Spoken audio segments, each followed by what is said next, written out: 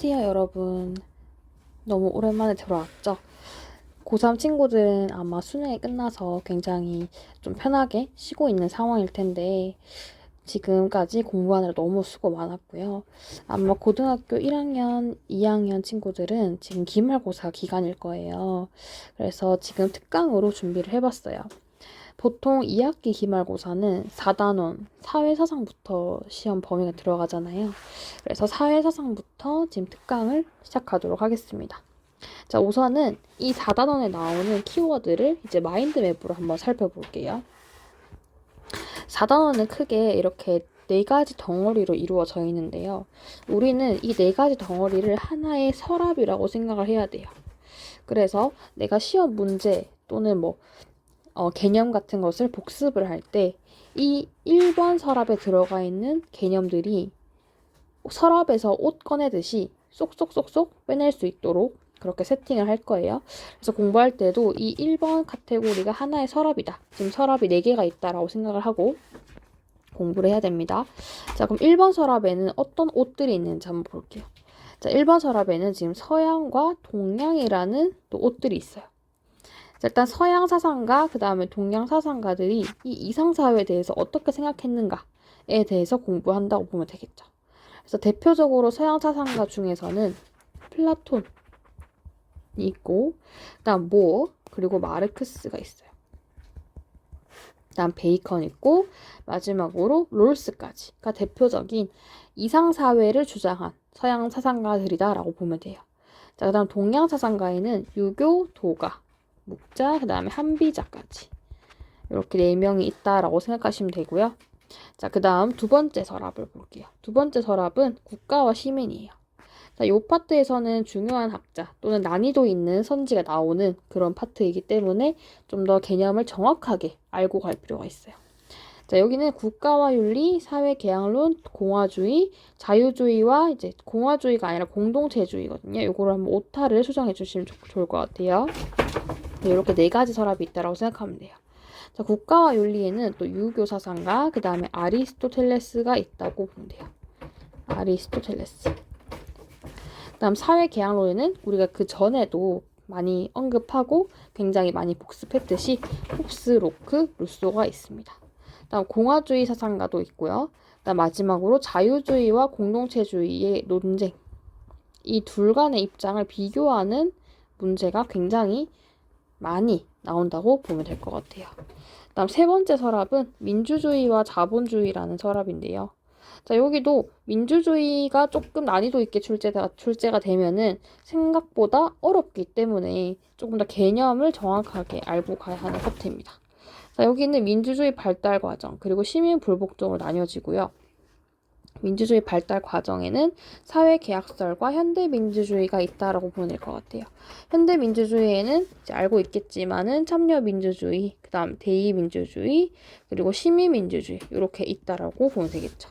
그 다음 시민불복종 사상 파트에는 자, 소로, 그 다음 롤스, 그리고 하버마스가 대표적인 사상가입니다.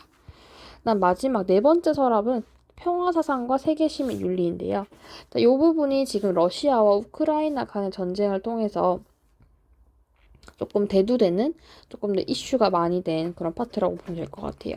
자, 평화사상, 그리고 세계시민주의 이렇게 서랍이 나뉘어져 있고요. 평화사상에는 현실주의, 정의전쟁론, 평화주의, 동양사상가 이렇게 나뉘어져 있어요.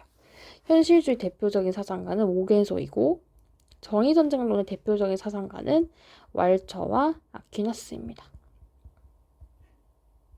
다음 평화주의에서 대표적인 사상가는 갈퉁, 칸트, 그다음에 에라스미스, 그리고 생피에르가 있어요. 동양에는 목가, 도가, 불교가 있고요. 세계 시민주의 사상가로는 에피아와 누스바 이렇게 있습니다.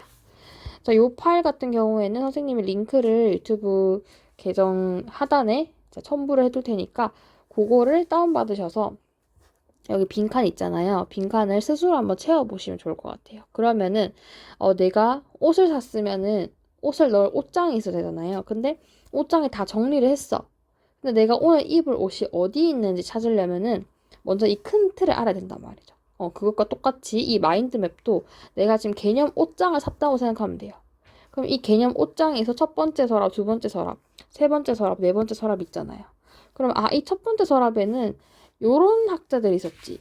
두 번째 서랍에는 요런 학자들이 있었지. 세 번째 서랍에 요런 학자들, 네 번째 요런 학자들. 이렇게 위치를 기억해 두시면은 편리하게 서랍에서 내가 원하는 개념을 속속속속 빼어낼 수가 있습니다. 자, 그럼 본격적으로 개념을 바로 들어가 볼게요. 자, 4-1 사회사상. 선생님이 제공한 파일에는 빈칸이 뚫려 있을 텐데 지금 제 강의를 들으시면서 빈칸을 채워 넣는 식으로 강의를 활용해 주시면 좋을 것 같아요. 자, 일단은 지금 혹시나 벼락치기 때문에 공부가 잘 안 되거나 조금 딴짓하고 싶은 생각이 들면은 여기 멘탈 잡아 있잖아요. 여기 나오는 명언을 한번 읽어보면서 마음을 다잡아보면 좋을 것 같아요. 자, 일단 배경 지식부터 한번 볼게요. 일단 사회사상이란 무엇인지를 알아야 돼요. 여기는 크게 중요한 개념은 없지만 우리가 배우는 단원이 사회사상인 만큼 사회사상에 대한 기초 개념을 알고 있어야 돼요. 사회사상은 어떻게 형성되었느냐? 첫 번째, 사회는 사회적 존재인 인간에게 삶의 바탕이기 때문에 자연스럽게 사회가 형성이 되었다라는 거죠. 두 번째는 인간이 사회에 관심을 가지고 개선하기 위해 노력하는 과정에서 이 사회사상이 형성되었다는 거예요. 그렇죠. 이 사회에 살면서 여러 사람이 살다 보면은 반드시 문제점이 생긴단 말이에요. 근데 이 문제점을 어떻게 해결할까를 고민하다가 보니까 이렇게 하면 되는구나. 차근차근 한 개씩 솔루션이 생기다 보면은 그 솔루션이 모여가지고 바로 이상사회의 모습이 되는 거죠. 그럼 이 이상사회의 모습을 제시하게 되면서 자연스럽게 이 사회사상이 형성이 된다는 거죠. 그 다음, 이 사회사상 역할은 무엇이냐? 첫 번째, 사회를 설명하고 평가하는 일정한 기준과 체계적인 사상적 틀을 제공해요. 그럼 이 틀을 제공하니까 어떤 사회가 좋고 어떤 사회가 나쁜지를 판단할 수 있는 거지. 두 번째, 현실의 부조리가 개선된 이상사회 모습을 제시한다. 그렇죠. 자, 부조리가 계속 만연하게 있을 수 있잖아요. 항상 장점만 있는 게 아니니까. 이 사회는 현실에는 단점도 있단 말이에요. 그 문제점을 계속적으로 관심을 가지면서 개선이 되고 개선된 이 이상사회 모습을 제시함으로써 우리가 나아가야 할 방향이 이런 모습이구나 하면서 청사진을 그릴 수 있게 된다는 거예요. 여기까지 별로 어려운 거 없죠. 자, 그러면 서양 사상가부터 하나하나씩 살펴보도록 할게요. 첫 번째, 플라톤입니다. 플라톤의 이상국가는 철인 정치예요. 철인이 쉽게 말하면 철학자라고 보면 되고요. 철학자. 이 철인 정치의 특징이 뭐냐면 국가의 모든 구성원이 자신의 역할을 충실히 수행하는 거예요. 자, 여기서 중요한 것은 자신의 역할을 충실히 수행하고 역할을 교환하지 않아요. 역할을 교환하지 않는다. 왜냐면은 자신의 성향에 따라서 지금 역할이 분담된 것이기 때문에 이 상태가 플라톤의 입장에서는 굉장히 정의로운 사회다라고 봐요. 반면에 역할 교환이 됐다? 그럼 이것은 부정의한 사회가 되는 거예요. 괜찮죠? 두 번째, 선의 이데아에 관한 인식과 실현이 가능한 철인이 다스리는 국가가 바로 철인 정치다라는 거예요. 자, 그럼 여기서 철인이 다스리는 국가가 결국에는 자신의 역할을 충실히 수행하고 선의 이데아에 대한 지식 또는 그것을 인식하는 능력이 있어야 된다라는 것이 핵심이라고 볼 수 있겠죠. 자, 그러면 이 정치를 다스리는 철인이, 이 나라를 다스리는 철인은 어떤 능력을 가지고 있을까요? 첫 번째는 국가를 위해 최선의 것이 무엇인지에 대한 참된 지식을 소유하고 있어요. 이 참된 지식이 다른 말로 하면은 선의 이데아가 되겠죠. 두 번째는 구성원들의 타고난 자질 또는 성향 에 따라서 계급을 분류해준 역할도 하게 됩니다. 그럼 이 분류를 잘 하게 되면 정의로운 국가가 된다는 거겠죠. 자, 그러면 이 정의로운 국가가 구체적으로 어떤 상태인가를 한번 볼게요. 정의로운 국가에는 크게 세 가지 계급이 있어요. 첫 번째는 통치자, 두 번째는 수호자 또는 방위자, 세 번째는 생산자가 있어요. 통치자는 철인이 되겠죠. 철인. 자, 통치자의 기능은 무엇이냐? 국가 전체의 선을 파악하고 국가를 통치하는 역할을 합니다. 그래서 이 통치자는 다른 계급과 다르게 지혜라는 덕목도 추가적으로 가지고 있어요. 지혜, 용기, 절제를 모두 가지고 있는 거죠. 자, 수호자는 적에 맞서서 국가를 수호하는 역할, 통치자를 보조하는 역할인데요. 쉽게 말하면 군인이라고 생각하면 쉽겠죠.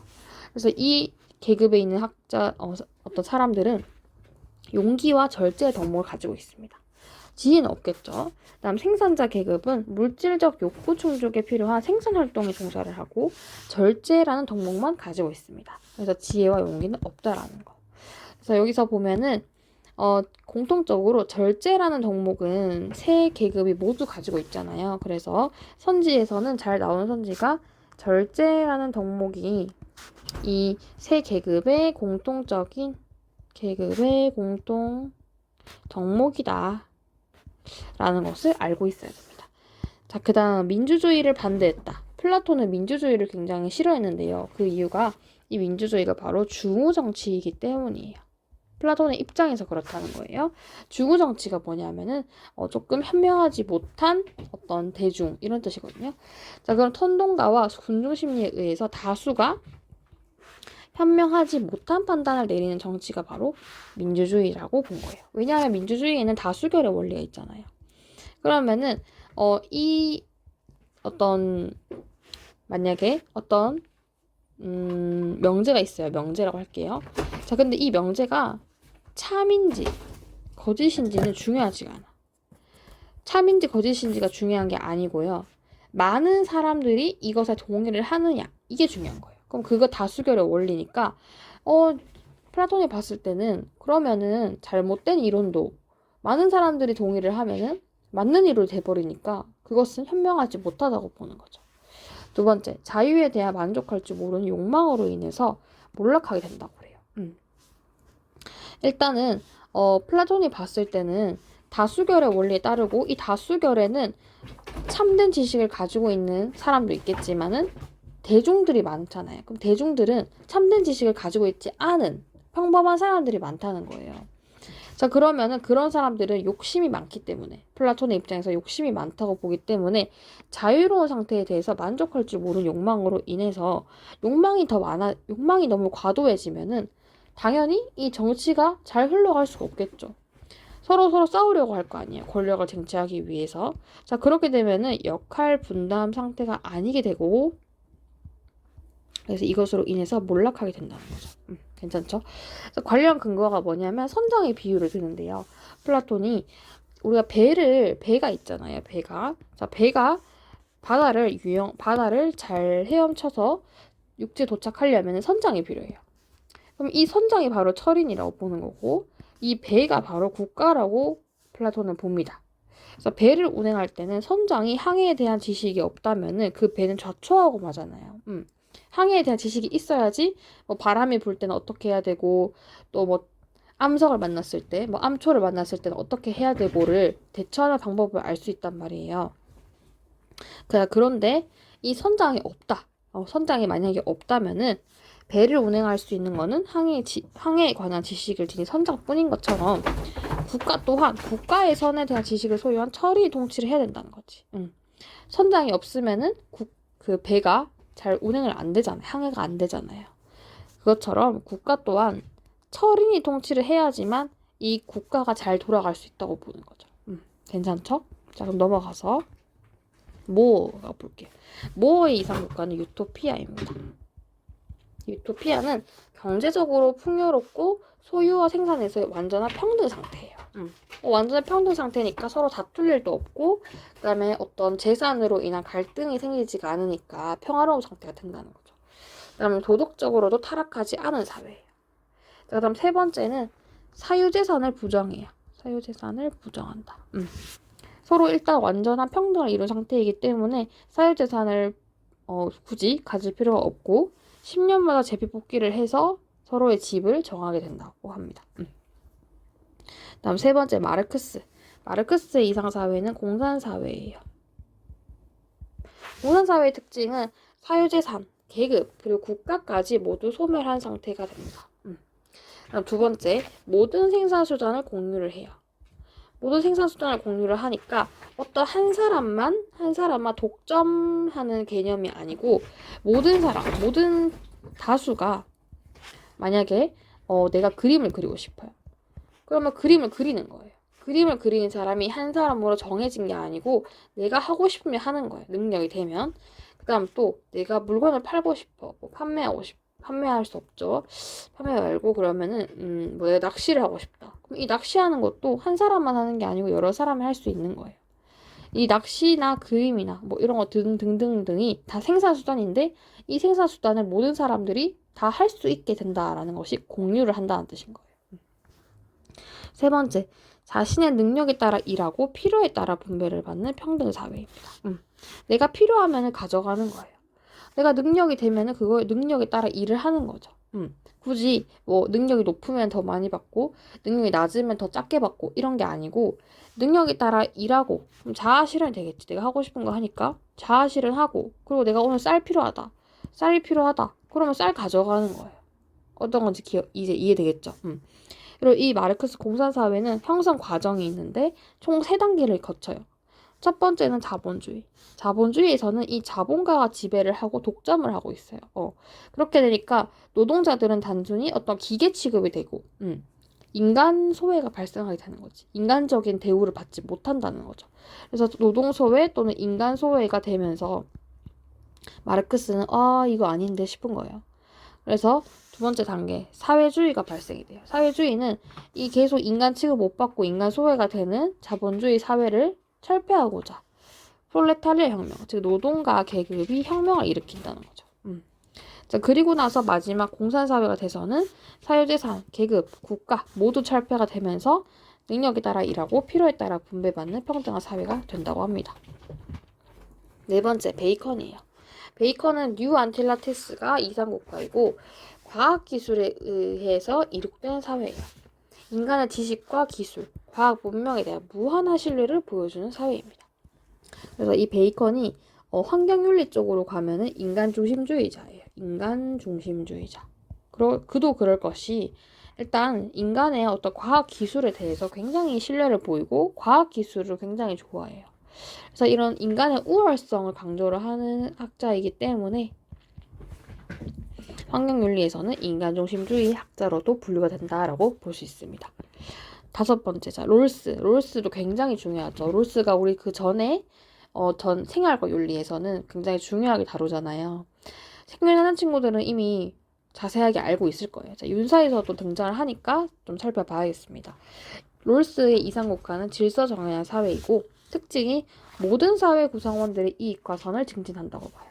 자, 이거를 뒷받침하는 원칙이 뭐냐면은 차등의 원칙이 되겠죠. 최소 수혜자의 이익을 최대 이익을 보장하는 거. 두 번째, 공공의 정의관에 의해서 효율적으로 규제된다. 이 공공의 정의관이 바로 정의의 원칙이 되겠죠. 자, 그럼 정의의 원칙이 무엇이냐? 총 3가지가 있다고 보는데 일단 원칙 자체는 2원칙까지 있어요. 근데 제2원칙이 2-1원칙, 2-2원칙으로 나뉘어져서 총 3가지가 있다고 봅니다. 제1원칙에는 평등한 자유의 원칙이에요. 평등한 자유의 원칙은 모든 사람은 동등한 기본적 자유를 최대한 누려야 한다라는 원칙이에요. 그래서 이 기본적 자유라고 하는 것이 어떤 권리가 되겠죠. 권리. 뭐 자유도 되겠고. 그러니까 이런 기본적인 권리와 자유에 대해서는 평등하게 모든 사람이 누려야 된다고 보는 거지. 자, 제2-1원칙은요. 공정한 기회균등의 원칙이에요. 칸이 조금 모자란데 기회균등의 원칙만 적어도 괜찮거든요. 그래서 불평등의 계기가 되는 직책이나 지위는 공정한 기회균등의 원칙에 따라서 모든 사람들에게 개방이 되어야 한다는 거죠. 이게 기회라는 것은 어떤 사람에게만 기회를 주고 어떤 사람에게는 기회를 주지 않으면은 그것은 굉장히 불평등한 거잖아요. 그래서 예를 들어서 내가 공무원 시험을 본다. 그러면은 꼭 내가 돈이 많아야지만 공무원 시험을 볼 수 있는 기회를 준다. 이런 거는 안 되고, 이렇게 하면 굉장히 불평등한 거고, 모든 사람들에게 공무원 시험을 볼 수 있는 기회를 제공한다는 거죠. 그럼 제2-2원칙이 바로 차등의 원칙이에요. 이것은 사회적, 경제적 불평등이 최소 수혜자에게 최대의 이익을 보장해야 된다는 거예요. 자, 그렇기 때문에 이 원칙에 근거해서 결국에는 아까 앞에서 봤던 모든 사회 구성원의 이익과 선을 증진하게 된다는 거죠. 왜냐하면 최소 수혜자에게 최대 이익을 증진하다 보니까 그런 거예요. 그래서 여기까지 봤고 이제 동양으로 넘어가 볼게요. 동양에는 크게 공자, 노자, 한비자, 묵자까지 있는데요. 자, 공자 같은 경우에는 이상국가를 대동사회 이렇게 봐요. 대동사회. 대동사회 특징은 신분적 차별이 없고 사회적 재화가 고르게 분배되는 사회예요. 두 번째, 사회적 약자를 보호하고 자기 부모나 자식을 구분하는 가족 이기주의에서 벗어난 사회예요. 그래서 타인을 배려하는 도덕 공동체다라고 보면 돼요. 자, 그다음 세 번째는 덕치. 그러니까 덕으로 다스리는 거예요. 덕으로 다스림. 덕으로 다스려야지만 이 백성들이 양심에 찔린다고 봐. 양심. 덕으로 다스려야지만 사람들 바꿀 수 있지. 단지 형벌로 다스리면은 이것은 일시적이다라고 봐요. 자, 그다음 정명이 실현된 사회. 정명이 뭐예요? 자신의 위치, 자신의 역할에 맞게 제 역할을 한다는 거지. 이게 바로 대동사회였고요. 자, 두 번째, 노자는 소국 과민 사회를 이상국가로 봐요. 특징은 나라의 규모가 작고 백성이 적은 사회예요. 굉장히 소수의 인원으로 이루어진 사회다라는 거죠. 두 번째, 문명의 이기에 무관심하고 인위적 제도와 규범에서 벗어난 사회예요. 그러니까 노자 같은 경우에는 인위적 제도, 인위적인 거 되게 싫어하잖아요. 그래서 문명의 이기, 그러니까 이기는 인간이 만드는 뭐 기술 이런 거 말하는 거예요. 이런 거 다 무관심하다. 그래서 세 번째는 무위지치, 그러니까 무위를 다스리는 정치란 뜻이에요. 그래서 자연의 순리에 따라 살아가는 사회가 바로 이상국가다라고 봅니다. 세 번째, 한비자. 한비자 이상국가는 부국강병 사회, 부국강병. 자, 부국강병이 뭐예요? 굉장히 부유하고 강한 사회라는 거지. 그래서 특징이 뭐냐면 일단 한비자는 인간에 대해서 성악설을 주장하기 때문에 인간은 간사한 지혜와 이기적인 성품을 가지고 있다고 봐요. 그래서 도덕을 포기를 하고 이 인간을 교화하는 것은 포기를 한다는 거지. 포기를 하고 인간을 오히려 조종해야 된다고 봐요. 어떻게? 신상필벌. 그러니까 잘한 것은 확실하게 상을 주고 못한 것은 확실하게 벌을 준다. 상벌의 엄격한 시행을 해야 된다고 보여요. 두 번째는 법률을 제정해야 된다고 봐요. 이 법률이 있어야지만 국가가 다스려질 수 있다라고 보면서 이 법으로 다스리는 정치를 해야 된다고 봅니다. 그리고 여기서 조금 심한 데서 문제가 나오게 되면은 한비자하고 순자하고 비교가 되는데요. 순자는 인간이 성악설, 인간이 악하다고 보지만 인간을 교화할 수 있다고 봐요. 하지만 한비자는 인간을 교화할 수 없다고 보는 거예요. 요 차이점을 알아주면 좋겠죠. 자, 네 번째 묵자. 묵자는 겸해. 자, 겸해가 실현된 사회가 이상국가라고 봐요. 자, 겸해가 뭐예요? 모든 사람들을 평등하게 사랑하는 거지. 특징은 비공. 비가 아닐 비자거든요. 그럼 공격하지 않는다. 공격 전쟁에 반대합니다. 두 번째, 겸해교리. 겸해의 뜻은 무차별적인 사랑. 서로를 평등하게 사랑해주는 거지. 교리는 서로 이로운 거예요. 서로 평등하게 사랑을 하면은 서로에게 이롭다는 거죠. 실천 방법은 시인여기, 애인여기예요. 이거의 뜻은 타인을 대할 때 마치 나를 대하듯이 대하라. 그러니까 서로 평등하게 대하라는 뜻인 거죠. 여기까지 괜찮죠? 자, 그럼 원문을 한번 살펴볼게요. 이게 대표적인 원문이니까 빈칸을 뚫었거든요. 이 빈칸이 바로 핵심 단어다라고 보면 될 것 같아요. 자, 현명하고 유능한 자를 뽑아서 다스리게 하니 사람들은 자기 부모만 부모 여기지 않고 자기 자식만 자식으로 여기지 않는다. 따라서 음모와 도적이 생기지 않는다. 이를 대동사회라 한다. 대동이라 한다. 대동이라 한다. 자, 두 번째, 백성을 정으로 지도하고 형으로 가지려니 하려고 하면 그들은 형벌을 피하고자만 할 뿐 부끄러워하는 마음을 갖지 않는다. 그러니까 덕으로 다스려야 된다는 거죠. 덕으로 인도하고 예로서 가지려니 하려고 하면 백성들은 부끄러워할 줄 알게 될 뿐만 아니라 바르게 된다. 그러니까 형벌로 다스리는 것은 단지 일시적이다라는 거지. 왜냐하면 부끄러운 마음이 생기지 않으니까. 그다음 노자의 소국과민 사회는 나라의 크기는 작고 백성의 수는 적다. 백성들은 생명을 중히 여겨서 멀리 이사가는 일이 없다. 배와 수레가 있더라도 탈 일이 없고 갑옷과 무기가 있더라도 펼칠 일이 없다. 왜냐하면 서로 전쟁을 하지 않으니까. 그다음 자기의 음식을 달게 여기고 자기의 옷을 아름답게 여기며 자기의 거처를 편안하게 하고 자기의 풍족을 즐거워한다. 결국에는 무위지치를 이야기한다라고 보는 거죠. 인위적인 걸 하지 않는 거, 인위적인 걸 반대한다. 그다음 플라톤의 철인 정치. 철학자들이 모든 나라의 왕이 되거나 현재의 왕이나 최고 권력자들이 진정으로 철학을 하지 않게 되는 한, 정치 권력과 철학을 하나로 결합하지 않는 한 나라에 있어서 악은 사라지지 않을 것이다. 즉 다른 말로 얘기를 하면 철인 정치를 해야 된다라는 거죠. 철이 다스린 정치. 다음 마르크스의 공산사회. 공군과 외적 강제에 의한 노동이 중지될 때 비로소 자유의 왕국이 시작된다. 그러니까 인간 소외, 노동 소외가 없어져야 된다는 거죠. 자, 개개인들의 노동 분업 파해, 예속적인 종속과 함께 정신노동과 육체노동의 대립이 사라진 다음, 노동이 삶의 수단일 뿐만 아니라 그 자체로 첫 번째 생활 욕구가 된 다음, 개개인들의 모든 측면에서의 발전과 아울러 그들의 생산력이 성장하고 공동의 부의 모든 셈들이 완전히 흐르게 된 다음에야 비로소 사회는 그것의 깃발 위에 다음과 같이 쓸 수 있다. 각자는 자신의 필요에 따라 각자는 자신의 능력에 따라 각자에게는 자신의 필요에 따라. 자, 그러면 이게 바로 마르크스의 공산사회가 되겠죠. 그러니까 자본주의 철폐에서 노동소외 없애고 그 다음에 이 노동이 자신이 하고 싶은 거, 자신의 능력에 따라서 일을 한다라는 거예요. 능력에 따라 일을 하고 그 다음 필요에 따라서 분배를 받는다라는 거. 그 다음 다른 나라에서는 아무리 부유해도 각 개인이 부를 축적하지 못하며 굶어 죽을 수밖에 없다. 자, 그러나 유토피아는 모든 것이 모두의 것인 나라이다. 자, 모든 것이 모두의 것인 나라이니까 사유재산이 없다는 거겠죠. 이곳의 시민들에게는 빈곤도 사치나 낭비도 없다. 그러니까 완전히 평등한 사회다. 경제적으로 완전히 평등. 자, 노동은 매일 6시간으로 제한되고 남은 시간은 정신적 오락이나 연구에 사용된다. 굉장히 평화롭고 갈등도 없고 도덕적으로 타락하지 않은 사회가 되겠죠. 롤스의 질서 정연한 사회. 자, 사회적 경제적 불평등은 그 불평등이 최소 수혜자에게 최대의 이익을 보장해야 한다는 조건, 즉 차등의 원칙. 그리고 불평등의 계기가 되는 직책이나 지위가 공정한 기회 균등의 원칙에 따라 모든 사람에게 개방되어야 한다는 조건이 충족될 때 허용이 된다. 정의의 원칙이죠.